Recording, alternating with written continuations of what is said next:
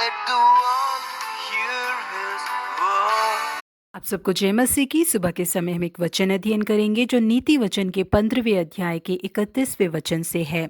जो जीवनदायी डांट कान लगाकर सुनता है वह बुद्धिमानों के संग ठिकाना पाता है।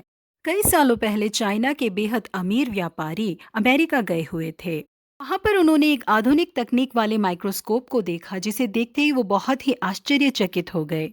इसके लेंस के जरिए जब उन्होंने महंगे क्रिस्टल्स को और फूलों की पंखुड़ी को देखा तो वो बहुत ही हैरानी के साथ खड़े होकर उसे देखने लगे। मुझे भी बिल्कुल ऐसा ही माइक्रोस्कोप चाहिए करके उन्होंने उस माइक्रोस्कोप को खरीदा और चाइना वापस आ गए। हर एक चीज को वो माइक्रोस्कोप के द्वारा देखकर बहुत ही खुश हो रहे थे। लेकिन उस व्यक्ति की खुशी बहुत दिनों तक नहीं बनी रही। एक दिन रात को जो खाना वो खाने वाले थे उस खाने को जब उन्होंने माइक्रोस्कोप के द्वारा देखा तो उनकी खुशी वहीं पर खत्म हो गई। जो खाना वो खाने वाले थे उस खाने के अंदर उन्होंने बेहद छोटे कीटाणु को देखा।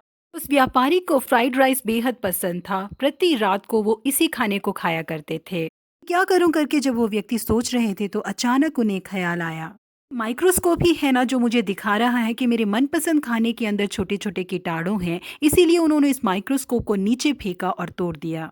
यहाँ प्रिय परमेश्वर के लोगों, इसी तरह से मनुष्य भी जो लोग उनकी गलतियों को बताते हैं उन व्यक्तियों को पसंद नहीं करते। अपनी गलतियों को ठीक करने के बदले ये व्यक्ति हमेशा मेरे अंदर कमियों को निकालते हैं करके उनसे नफरत करने वाले लोग ही ज्यादा होते हैं। अगर हम पवित्र शास्त्र को पढ़ते हैं तो पवित्र शास्त्र हमारी कई गलतियों को हमें दिखा देगा करके कई लोग पवित्र शास्त्र को पढ़ते ही नहीं। रोशनी में आने पर अपनी कमियां साफ तौर पर नजर आएंगी करके कई लोग अंधेरे में ही रहना पसंद करते हैं। यूहन्ना बपतिस्मा देने वाले के समय में हेरोदस ने अपने भाई की पत्नी को अपने पास रखा था। इस पाप को यूहन्ना बपतिस्मा देने वाले ने उस पर जताया क्योंकि यूहन्ना ने उसे कहा था कि इसको रखना तेरे लिए उचित नहीं है। इसी वजह से हेरोदस ने यूहन्ना को पकड़कर बांधा और जेल खाने में डाल दिया। क्योंकि यूहन्ना ने उन दोनों के पाप के बारे में बताया था, इस वजह से हेरोदिया भी उसके ऊपर बहुत ही क्रोधित थी।